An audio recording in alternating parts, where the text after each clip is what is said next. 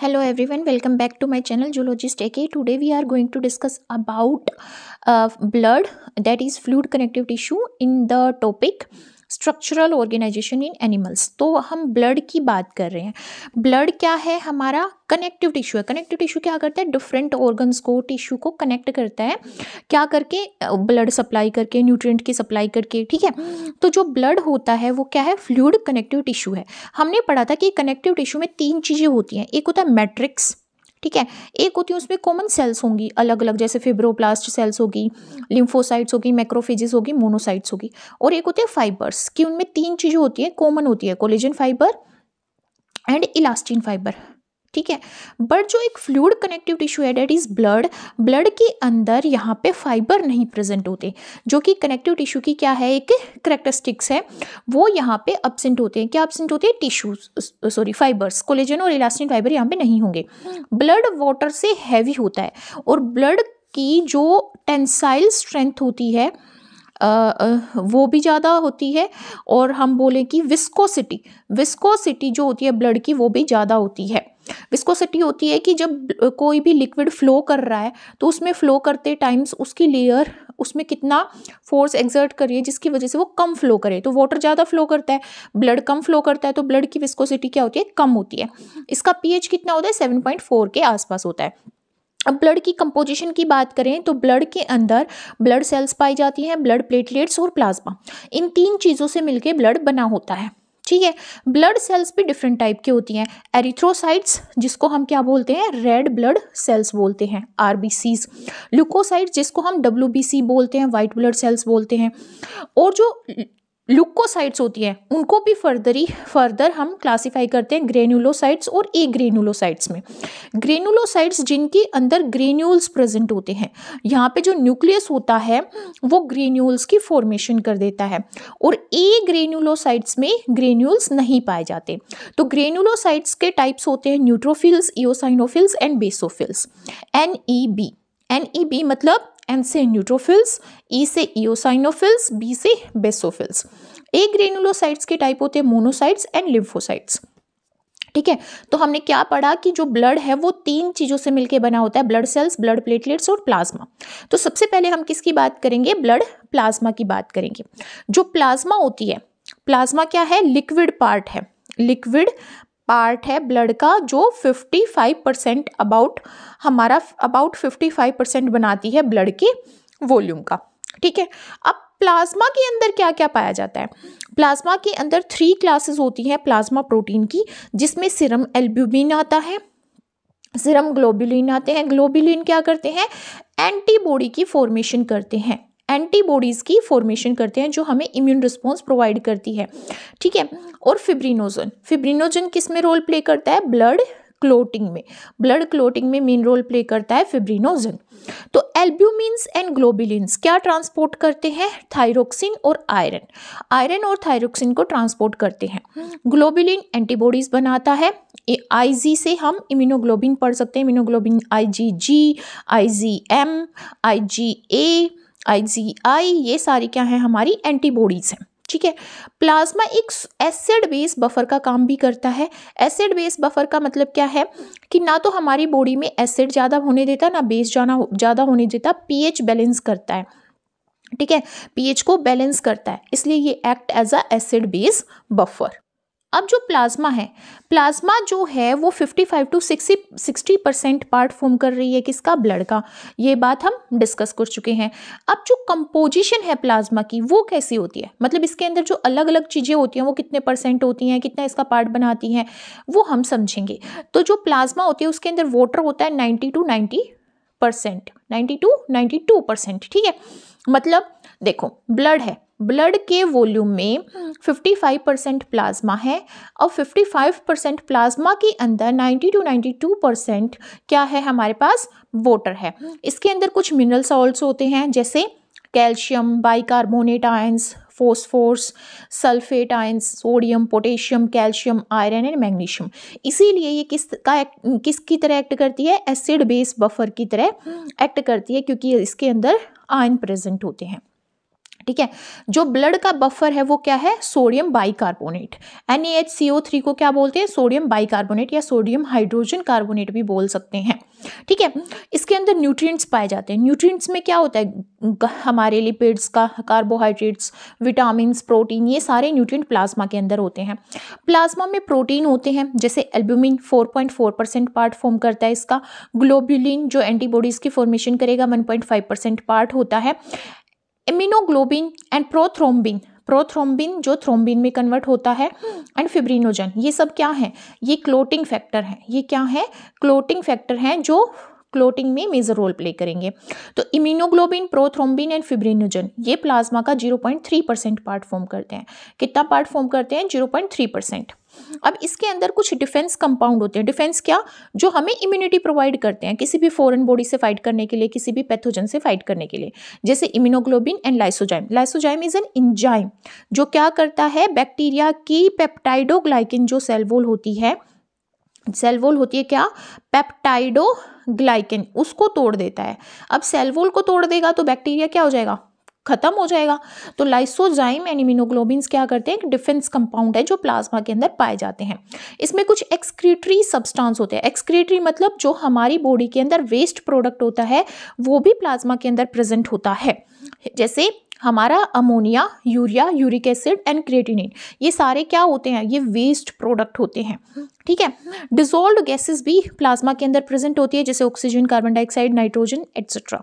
कुछ एंटीकोएगुलेंट भी होते हैं, जैसे हेपरिन। कई बार ऐसी इंजरी हो जाती है जिसमें बैक्टीरिया या पैथोजन को क्लीन करने के लिए ब्लीडिंग करवानी पड़ती है, तो वहाँ पे हेपरिन रिलीज करती है हमारी बॉडी, जो कि एंटीकोएगुलेंट होता है, जिसमें ब्लड क्लॉट की फॉर्मेशन नहीं होती। हार्मोन्स होते हैं जो डिफरेंट ग्लैंड सिक्रेट करती है, जैसे थायरोक्सिन, एड्रेनालाइन हार्मोन्स। विटामिन और एंजाइम्स भी प्रेजेंट होते हैं प्लाज्मा के अंदर। तो हमने क्या पढ़ा कि जो हमारी प्लाज्मा है, प्लाज्मा के अंदर वाटर होता है, मिनरल सॉल्ट होते हैं और न्यूट्रिएंट्स होते हैं, प्लाज्मा प्रोटीन्स होते हैं, कुछ डिफेंस कंपाउंड्स होते हैं, एक्सक्रीटरी सब्सटेंस होते हैं, डिसॉल्व्ड गैसेस होती हैं, एंटीकोएगुलेंट होते हैं, हार्मोन्स होते हैं, विटामिन होते हैं और एंजाइम्स होते हैं। ठीक है। तो हमने ब्लड के एक पार्ट को स्टडी कर लिया, डेट इज प्लाज्मा। अब बात आती है ब्लड सेल्स की। ब्लड सेल्स में सबसे पहले हमारे पास क्या आती है, erythrocytes. Erythrocytes means red blood sales, RBCs। ठीक है। इनके अंदर हीमोग्लोबिन होता है, HB, जो एक पिगमेंट है, जो क्या है, एक पिगमेंट है जो इसको रेड कलर देता है, रेड कलर देता है। दूसरा और क्या काम होता है हीमोग्लोबिन का, बाइंड करना। किसको बाइंड करेगा, ऑक्सीजन को एंड कार्बन डाइऑक्साइड को। कार्बन डाइऑक्साइड को बॉडी से रिलीज करने के लिए बाइंड करेगा, ऑक्सीजन को बॉडी में पहुंचाने के लिए बाइंड करेगा। ठीक है। तो जो 1 हमारा लीटर, माइक्रोलीटर ब्लड होता है, उसके अंदर हमारी जो रेड ब्लड सेल्स है उसका टोटल काउंट कितना होता है, 5 to 4.5 मिलियन। 5 to 4.5 मिलियन पर माइक्रोलीटर ऑफ ब्लड में क्या पाई जाती हैं, एरिथ्रोसाइट्स। एम्ब्रियो की बात करें तो एम्ब्रियो के अंदर 8.5 मिलियन पर माइक्रोलीटर ऑफ ब्लड में क्या होती हैं, रेड ब्लड सेल्स होती हैं। मतलब 8.5 मिलियन किस में होंगी, एम्ब्रियो में, और 4.5 to 5 मिलियन किस में होंगी, एडल्ट के अंदर होंगी। अगर 4.5 या 5 मिलियन से कम हो जाए रेड ब्लड सेल्स पर माइक्रोलीटर ऑफ ब्लड के अंदर तो एनीमिया हो जाता है। तो एनीमिया जो है वो किसकी डेफिशिएंसी से होता है, वो folic acid and vitamin B12 की डेफिशिएंसी से होता है। Folic acid and vitamin B12 की डेफिशिएंसी से। अब फोलिक एसिड कम हो जाएगा तो आयरन की प्रेजेंस कम हो जाएगी, आयरन की प्रेजेंस कम हो जाएगी तो हीमोग्लोबिन कम हो जाएगा, हीमोग्लोबिन कम हो जाएगा तो ऑक्सीजन को बाइंड करने के लिए हीमोग्लोबिन की अमाउंट कम होगी बॉडी में। ठीक है। तो इंसान क्या करेगा, थका थका महसूस करेगा। ठीक है। Abnormal rise in red blood sales, अगर RBC का नंबर 4.5 to 5 मिलियन से ज़्यादा हो जाए तो उसको पॉलीसिथमिया बोलते हैं। क्या बोलते हैं, पॉलीसिथमिया बोलते हैं। ठीक है। फिशेस, एम्फीबियंस, रेप्टाइल्स और बर्ड्स के अंदर जो रेड ब्लड सेल्स होती हैं वो न्यूक्लिएटेड होती है, मतलब उसके अंदर न्यूक्लियस प्रेजेंट होता है और वो ओवल होती है और बाई कन्वेक्स होती है, इस तरह से होती है, बाई कन्वेक्स। बट हमारी जो रेड ब्लड सेल्स होती है वो कनकेव टाइप की होती है, इस तरह से होती है, अंदर की तरफ कर्ड होती है। ठीक है। पर फिशेस, एम्फीबियंस, रेप्टाइल्स और बर्ड्स की बात करें तो रेड ब्लड सेल्स कैसी है, nucleated, Oval and by convex. Mammals की बात करें तो क्या होती है, नॉन न्यूक्लिएटेड होती हैं, बाई कनकेव होती हैं और सर्कुलर होती हैं। ठीक है। सिर्फ मैमल्स के अंदर, कैमल और लैमा के अंदर देखें तो ओवल रेड ब्लड सेल्स होती हैं। रेड ब्लड सेल्स का अगर डायमीटर देखें तो 7 to 8 माइक्रोमीटर डायमीटर होता है, किसका, रेड ब्लड सेल्स का। जो भी ओल्ड या डैमेज्ड रेड ब्लड सेल्स होती है वो फेगोसाइटोज्ड कर ली जाती है। फेगोसाइटोज्ड का मतलब होता है सेल ईटिंग, ठीक है। फेगोसाइटोज्ड कर ली जाती है, डिस्ट्रॉय की जाती है मैक्रोफेजेस के थ्रू। मैक्रोफेजेस क्या है?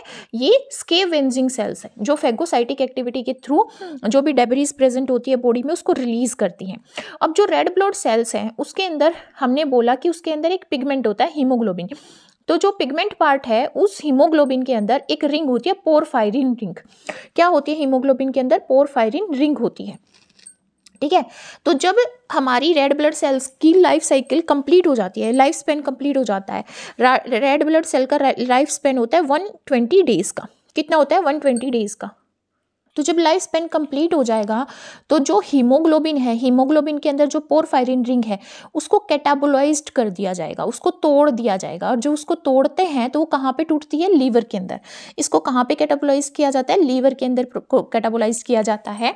और जब लीवर पोरफायरिन को कैटाबोलाइज करेगा तो एक येलो पिगमेंट रिलीज करेगा। उस येलो पिगमेंट को क्या बोला जाता है? बिलीरुबिन।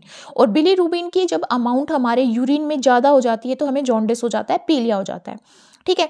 तो जो रेड ब्लड सेल्स हैं वो कितना पार्ट फॉर्म करती है ब्लड के वॉल्यूम का? 45% पार्ट फॉर्म करती है। जैसे प्लेटलेट कितना बना रही थी? 55 to 60%। इसी तरह रेड ब्लड सेल्स कितना पार्ट फॉर्म करती है? 45%।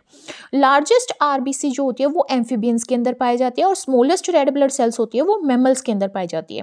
और मैमल्स के अंदर भी जो लार्जेस्ट रेड ब्लड सेल्स है वो एलिफेंट में पाई जाती है 9.4 माइक्रोमीटर की, और स्मॉलेस्ट पाई जाती है मस्क डियर में 1.5 माइक्रोमीटर की। और मस्क डियर का यहाँ पे साइंटिफिक नेम क्या होता है? ट्रेगुलस जेवानिकस, ठीक है। ट्रेगुलस जेवानिकस ये साइंटिफिक नेम है मस्क डियर का, जिसकी स्मॉलेस्ट रेड ब्लड सेल्स होती है मैमल्स के अंदर 1.5 माइक्रोमीटर, ठीक है। Life span red blood sales का मैन के अंदर कितना होता है? 120 डेज का। फ्रॉग की बात करें तो 100 डेज का। रेबिट की बात करें तो 80 डेज का। जो एक हमारा हम सेडिमेंटेशन रेट निकालते हैं। सेडिमेंटेशन रेट कैसे निकालते हैं? हम एक क्यूबेट के अंदर जो एक टेस्ट ट्यूब टाइप की इस तरह से ट्यूब होती है जिसको क्यूबेट बोलते हैं, ठीक है। इसके अंदर हम ब्लड रखेंगे और सेंट्रीफ्यूज करेंगे ब्लड को। तो सेंट्रीफ्यूज जब करेंगे तो सबसे नीचे जो लेयर आएगी वो हमारी किसकी होगी? एरिथ्रोसाइट्स की होगी, रेड ब्लड सेल्स की होगी, ठीक है। तो यहाँ पे हम मेजर करते हैं अपना सेडिमेंटेशन रेट। किसका? एरिथ्रोसाइट्स का। दो मेथड के थ्रू एरिथ्रोसाइट सेडिमेंटेशन रेट को हम मेजर करते हैं दो मेथड के थ्रू, जिसको हम विंट्रोप्स मेथड बोलते हैं या वेस्टर ग्रीन्स मेथड बोलते हैं। क्या बोलते हैं? विंट्रोप्स मेथड के थ्रू या वेस्टर ग्रीन मेथड के थ्रू हम एरिथ्रोसाइट का सेडिमेंटेशन रेट निकालते हैं। इस क्यूबिट के अंदर हम इसको डालते हैं ब्लड को, और उसको ब्लड को हम क्या करते हैं? सेंट्रीफ्यूज करते हैं, जिससे हमें क्या पता चलता है? एरिथ्रोसाइट का सेडिमेंटेशन रेट। पर उसको कैलकुलेट किसके थ्रू किया जाता है? विंट्रोप्स मेथड के through and Wester green method के थ्रू। अब क्यों करते हैं हम एरिथ्रोसाइट के सेडिमेंटेशन रेट को कैलकुलेट? क्योंकि ये हमें बहुत सारी डिजीज को डायग्नोज करवाने में हेल्प करता है, जैसे टीबी, ठीक है। ट्यूबरक्लोसिस को डायग्नोज करवाने में हेल्प करेगा क्या? सेडिमेंटेशन रेट को कैलकुलेट करना। जो ECR होता है, एरिथ्रोसाइट सेडिमेंटेशन रेट। अब वो अगर हमें ये नहीं पता होगा कि भाई ये एरिथ्रोसाइट सेडिमेंटेशन रेट नॉर्मल होता है और ये एबनॉर्मल होता है, तो हम कैसे डिटेक्ट करेंगे कि कोई डिजीज है ना। तो इसीलिए जो एरिथ्रोसाइट सेडिमेंटेशन रेट है वो नॉर्मल होता है मैन के केस में जब वो 0 to 5 mm/hour आए, ठीक है। विमेन के केस में वो नॉर्मल होता है 0 to 7 mm/hour। अगर सेडिमेंटेशन रेट आ रहा है बाय वेस्टर्जन मेथड तो वो क्या होगा? नॉर्मल होगा। अब एक होता है हमारे पास एक स्लाइड जैसी होती है जिसमें 4 पोर्शन होते हैं, और उस स्लाइड को हम हेमेटोसाइटोमीटर बोलते हैं। वो हमारी नॉर्मल स्लाइड से थोड़ी एडवांस होती है, हेमेटोसाइटोमीटर, जिसको हम ग्रेजुएशन में एक्सपेरिमेंट भी परफॉर्म करते हैं। और ये रेड ब्लड सेल और डब्ल्यू ब्लड सेल्स के नंबर को काउंट करने के लिए यूज़ की जाती है। अब नंबर का काउंट क्यों हम करना चाह रहे हैं? ताकि हमें ये पता चले कि जो रेड ब्लड सेल्स है उसका नंबर हमारी बॉडी में कम हुआ है या वाइट ब्लड सेल का ज़्यादा हुआ है। इससे हमें पता चलता है कि इन्फेक्शन है हमारी बॉडी में या नहीं है, ठीक है। एक होता है रोलेक्स। रोलेक्स क्या होता है? रोलेक्स किसको बोलते हैं? रोलेक्स एक मैकेनिज्म होता है जिसमें रेड ब्लड सेल्स एक दूसरे के ऊपर पाइलअप होती जाती हैं और वो गुच्छा बना देती हैं, एग्रीगेट हो जाती हैं, और यहाँ पे फिब्रिनोजन इसको फेवर करता है। और ऐसा कब होगा? जब हमारी बॉडी में ब्लड क्लॉट फॉर्म हो रहा होगा, ठीक है। अब जो रेड ब्लड सेल्स है वो कहाँ पे बनती हैं? वो कहाँ पे बनती है? बोन मैरो के अंदर बनती है। बोन मैरो कहाँ पे प्रेजेंट होता है? लॉन्ग बोन्स में प्रेजेंट होता है। ठीक है, तो जो बोन मैरो है वो टाइम में 70 ml होता है और एडल्ट में कहाँ कितना होता है? 4000 ml। अगर वो हमारा एम्ब्रियो या फिटस की बात करें तो 70 ml और एडल्ट में बात करें तो 4000 ml होता है। ठीक है, अब हम जो रेड ब्लड सेल्स का मैंने बोला कि 120 डेज का लाइफ स्पेन होता है। क्या होता है? 120 डेज का लाइफ स्पेन। तो कौन सा मेथड है जिसके थ्रू मैं एस्टिमेट कर सकती हूँ रेड ब्लड सेल्स की लाइफ स्पेन को? क्रोमियम 51 एक रेडियो एक्टिव एलिमेंट है। क्रोमियम 51 एक रेडियो एक्टिव एलिमेंट है। इसकी रेडियो एक्टिविटी को चेक करके कि दूसरे एलिमेंट में कितने टाइम के बाद कन्वर्ट हो रहा है, उससे हम क्या कर सकते हैं? रेड ब्लड सेल्स के लाइफ स्पेन को कैलकुलेट कर सकते हैं। अब जो प्लाज्मा मेम्ब्रेन होती है रेड ब्लड सेल्स की, उसको बोलते हैं डोनांस मेम्ब्रेन। क्या बोलते हैं? डोनांस मेम्ब्रेन। और ये एक प्रीवियस ईयर क्वेश्चन में भी पूछा गया है कि डोनांस मेम्ब्रेन किसकी होती है? रेड ब्लड सेल्स की होती है। ठीक है, अब हमने बोला कि रेड ब्लड सेल्स के अंदर जो हीमोग्लोबिन होता है वो इसको रेड पिगमेंट प्रोवाइड करता है। और हीमोग्लोबिन की डेफिशिएंसी मतलब हमारे अंदर ब्लड की डेफिशिएंसी, ऑक्सीजन कम हो जाएगी क्योंकि ऑक्सीजन को बाइंड कौन करता है? हीमोग्लोबिन करता है। तो क्या हमारी नॉर्मल रेंज होती है हीमोग्लोबिन की मैन के अंदर, वीमेन के अंदर, इन्फेंट्स के अंदर? मैन के अंदर होती है 15.5 और इसमें हम प्लस माइनस कर सकते हैं 2.5 ग्राम पर डेसीलीटर। ठीक है, वुमेन के अंदर कितनी होती है? 14 और ज़्यादा कितनी हो सकती है? 2.5 ग्राम ज़्यादा हो सकती है। इन्फेंट्स के अंदर 16.5 और इसमें प्लस माइनस कर दो 3 ग्राम पर डेसीलीटर। तो इतनी इन्फेंट्स के अंदर होती है, विमेन के अंदर 14, मैन के अंदर 15.5। जो हीमोग्लोबिन होता है वो क्या होता है? हीमोग्लोबिन में दो कंपाउंड होते हैं, एक हीम और एक ग्लोबुलिन। क्या होते हैं? एक हीम होता है और एक ग्लोबुलिन। 4 मॉलिक्यूल हीम के होते हैं, 1 मॉलिक्यूल ग्लोबुलिन के होते हैं। 4 मॉलिक्यूल हीम के और 1 मॉलिक्यूल ग्लोबुलिन का क्या बनाता है? हीमोग्लोबिन बनाता है। हीम हमारे हीमोग्लोबिन का 5% पार्ट फॉर्म करता है और ग्लोबुलिन 45% पार्ट फॉर्म करता है। ग्लोबुलिन के अंदर 4 पॉलीपेप्टाइड चेन होती हैं। पॉली मतलब बहुत सारी, पेप्टाइड मतलब बहुत सारे अमाइनो एसिड पेप्टाइड बॉन्ड के साथ जब जुड़े होते हैं तो उसको पॉलीपेप्टाइड बोलते हैं। ठीक है, तो प्रोटीन की चेन होती है 4 ग्लोबुलिन के अंदर। हीम के अंदर प्रोटोपोरफायरिन कंपाउंड होता है। क्या होता है? प्रोटोपोरफायरिन कंपाउंड, जिसमें 4 पायरोल ग्रुप होते हैं और बीच में आयरन होता है। जो आयरन होता है वो किस फॉर्म में होता है? Fe2 पॉजिटिव की फॉर्म में होता है, जिसको हम फेरस फॉर्म बोलते हैं। और ये ऑक्सीजन एंड कार्बन डाइऑक्साइड को बाउंड करने की कैपेबिलिटी रखता है। ठीक है, और उनको बाइंड करके ये ब्लड के थ्रू ट्रांसपोर्ट करता है। अब बात आती है ल्यूकोसाइट्स की। ल्यूकोसाइट्स क्या होती हैं? White blood cells. ल्यूकोसाइट्स क्या होती हैं? White blood cells. ये कलरलेस सेल्स हैं। ये कलरलेस सेल्स क्यों है? क्योंकि इनके अंदर जो पिगमेंट है हीमोग्लोबिन वो एब्सेंट होता है। ये 2 टाइप्स की होती हैं, granulocytes and A granulocytes. Granulocytes क्या कौन कौन सी होती हैं? जिसके अंदर जो न्यूक्लियस है वो ग्रेन्यूल की फॉर्मेशन करता है। न्यूक्लियस किसकी फॉर्मेशन करता है? ग्रेन्यूल्स की। इसमें न्यूट्रोफिल्स, इओसाइनोफिल्स और बेसोफिल्स 3 तरह की सेल्स आती हैं। ठीक है, और इनका न्यूक्लियस कैसा होता है? लोब्ड न्यूक्लियस होता है। एक ग्रेन्युलोसाइट्स जिसमें ग्रेन्यूल्स नहीं पाए जाते, इसमें हमारी लिम्फोसाइट्स आती हैं और मोनोसाइट्स आती हैं।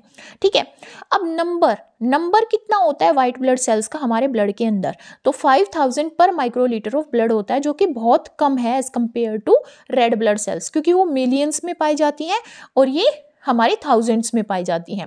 5000 पर माइक्रोलीटर ऑफ ब्लड क्या होती है? व्हाइट ब्लड सेल्स का नंबर होता है। और व्हाइट ब्लड सेल्स का नंबर अगर हमारी बॉडी में बढ़ जाए तो हमारी बॉडी में ये इंडिकेट करती है कि हमारे अंदर इन्फेक्शन हो रखा है। ठीक है, राइज कब हो जाता है व्हाइट ब्लड सेल्स का? जब न्यूमोनिया हो गया, इन्फ्लेमेशन हो जाए, जैसे एपेंडाइटिस में, मेलिग्नेसिस क्या? जब ल्यूकेमिया हो। Leukaemia is a form of cancer जो व्हाइट ब्लड सेल्स में होती है। ठीक है, इन फोलिक एसिड डेफिशिएंसी, जो फोलिक एसिड की डेफिशिएंसी हो जाती है तो वाइट ब्लड सेल्स का नंबर भी गिर जाता है, और ऐसी कंडीशन को क्या बोलते हैं? ल्यूकोपेनिया। क्या बोलते हैं? ल्यूकोपेनिया बोलते हैं। The process by which monocytes and neutrophils squeeze through thin capillary wall is called diapedesis. Diapedesis क्या होता है? जब भी हमारी बॉडी में कहीं पे इंजरी हो जाए तो छोटी छोटी कैपिलरी वॉल्स में भी क्या करती है? न्यूट्रोफिल्स और मोनोसाइट्स उस कैपिलरी वॉल से भी स्क्वीज आउट होके इन्फेक्शन की साइट पे पहुंच जाती हैं। इस प्रोसेस को क्या बोला जाता है? डायपेडेसिस बोला जाता है। अब यहाँ पे सबसे पहले हम बात करते हैं ग्रेनुलोसाइट्स की। ग्रेनुलोसाइट्स में सबसे पहले किसकी बात करेंगे? न्यूट्रोफिल की। जो न्यूट्रोफिल होती है इसको स्टेन किया जा सकता है एसिडिक डाई से भी, बेसिक डाई से भी। देखो, एसिडिक स्टेन एग्जाम्पल है इयोसिन स्टेन, ठीक है। एसिडिक स्टेन का एग्जाम्पल क्या है, इयोसिन। बेसिक का क्या है, जैसे मिथाइलिन ब्लू हमारा बेसिक होता है, तो इसको हम एसिड स्टेन से भी स्टेन कर सकते हैं और बेसिक से भी कर सकते हैं।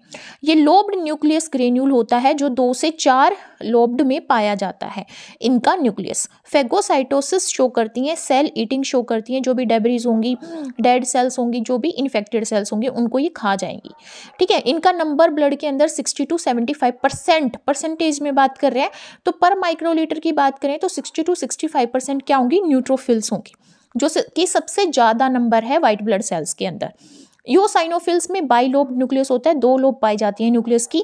इसको सिर्फ एसिडिक डाई से स्टेन किया जा सकता है, जहाँ पे भी एलर्जिक रिस्पॉन्स शो करना पड़ेगा, ठीक है, वहाँ पे ये रिलीज होंगी।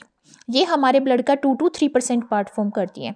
बेसोफिल्स नाम से पता चल रहा, बी से बेसिक, बी से बेसोफिल्स, तो ये स्टेन होती हैं बेसिक डाई से। इनका न्यूक्लियस एस शेप्ड का होता है। ये हेपरिन रिलीज करती हैं जो कि एंटी कोएगुलेंट होता है। हेपरिन क्या है, एंटी कोएगुलेंट है जो ब्लड को क्लॉट नहीं होने देता। और हमारा हिस्टामिन क्या है, ये एलर्जिक रिस्पॉन्स में रिलीज होता है जब इन्फ्लेमेटरी रिस्पॉन्स जनरेट करना हो। इन्फ्लेमेटरी रिस्पॉन्स का मतलब क्या होता है, स्वेलिंग हो गई, रेडनेस होगी, या कहीं पे भी ज़्यादा ब्लड सेल्स की जरूरत होगी तो हिस्टामिन रिलीज होगा। अब जो बेसोफिल्स हैं वो कितना पार्ट फॉर्म करती हैं ब्लड का, 0.5 to 1% पार्ट फॉर्म करती हैं ब्लड। नेक्स्ट आती है हमारे पास लिम्फोसाइट्स। लिम्फोसाइट्स क्या होती हैं, 2 टाइप की होती हैं, 2 टाइप की होती है लिम्फोसाइट। लिम्फोसाइट्स और मोनोसाइट्स दोनों ए ग्रेन्युलेटेड सेल्स हैं, दोनों के अंदर ग्रेन्यूल्स नहीं पाए जाते। तो पहली क्या है, लिम्फोसाइट। लिम्फोसाइट हमारी 20 to 25% पार्ट फॉर्म करती हैं ब्लड का, और ये 2 टाइप्स की होती हैं, B cells and T cells. B cells हमारी एंटीबॉडी रिलीजिंग सेल्स होती हैं, प्लाज्मा सेल्स और मेमोरी सेल्स होती हैं, जो मेमोरी हेल्ड करके रखती हैं कि ये इन्फेक्शन पहले भी हुआ है या नहीं हुआ। दूसरी होती है टी सेल्स। टी में साइटोटॉक्सिक सेल्स होती हैं, हेल्पर सेल्स होती हैं, ठीक है। ये cell mediated immune response generate करती हैं, जो सेल्स के थ्रू जनरेट किया जाता है, जो भी किसी पैथोजन से, बीमारी से फाइट करने के लिए यूज होगा। ये कहाँ पे बनती है लिम्फोसाइट, लिम्फोइड टिश्यू में। जितनी भी वाइट ब्लड सेल्स हैं और रेड ब्लड सेल्स हैं वो सारी की सारी बोन मैरो में बनती हैं। सिर्फ लिम्फोसाइट होती हैं जो कहाँ पे बनती हैं, लिम्फोइड टिश्यू में बनती हैं, जैसे फॉर एग्जांपल स्प्लीन में, थाइमस में, ठीक है। Monocytes, monocyte 2 to 10% part form करती है ब्लड का। ये लार्जेस्ट ल्यूकोसाइट है, ये लार्जेस्ट ल्यूकोसाइट है, और सबसे ज़्यादा अमाउंट किसकी होती है, ल्यूकोसाइट की सबसे ज़्यादा अमाउंट होती है वाइट ब्लड सेल्स में न्यूट्रोफिल्स की। न्यूट्रोफिल्स ज़्यादा अमाउंट में पाई जाती हैं, और मोनोसाइट सबसे लार्जेस्ट वाइट ब्लड सेल्स है। इनका न्यूक्लियस किडनी शेप्ड होता है या फिर हॉर्स चॉइस शेप्ड होता है। ये भी फेगोसाइटोसिस एक्टिविटी करती हैं। स्केवेंजिंग सेल्स होती हैं, डेड, डिकेइंग और इन्फेक्टेड सेल्स को इनगल्फ कर जाती हैं। ये बोन मैरो में फॉर्म होती हैं, और इनका लाइफ स्पेन 10 to 20 आवर्स का होता है, ठीक है। नेक्स्ट है हमारे पास ब्लड प्लेटलेट्स। ब्लड प्लेटलेट्स को क्या बोला जाता है, थ्रोम्बोसाइट्स। ये नॉन न्यूक्लिएटेड होती है, राउंड होती हैं, बाई कन्वेक्स होती हैं और डिस्क लाइक होती हैं। इनका नंबर 1,50,000 से लेके 3,50,000 होता है पर mm ब्लड। इनका लाइफ स्पेन कितना होता है, 1 वीक होता है, मतलब 1 वीक तक ये सर्वाइव कर सकती हैं। ये ब्लड के कोएगुलेशन में, ब्लड क्लॉट फॉर्म करने में यूज होती हैं, ठीक है। अगर ब्लड प्लेटलेट्स का काउंट कम हो जाता है तो उस डिजीज को क्या बोलते हैं, थ्रोम्बोसाइटोपेनिया। ये ब्लीडिंग डिजीज की वजह से एक ब्लीडिंग डिजीज होती है परप्यूरा क्या होती है, एक ब्लीडिंग डिजीज होती है जिसकी वजह से क्या होता है, ब्लड प्लेटलेट का काउंट कम हो जाता है, और इसको क्या बोलते हैं, थ्रोम्बोसाइटोपेनिया बोलते हैं।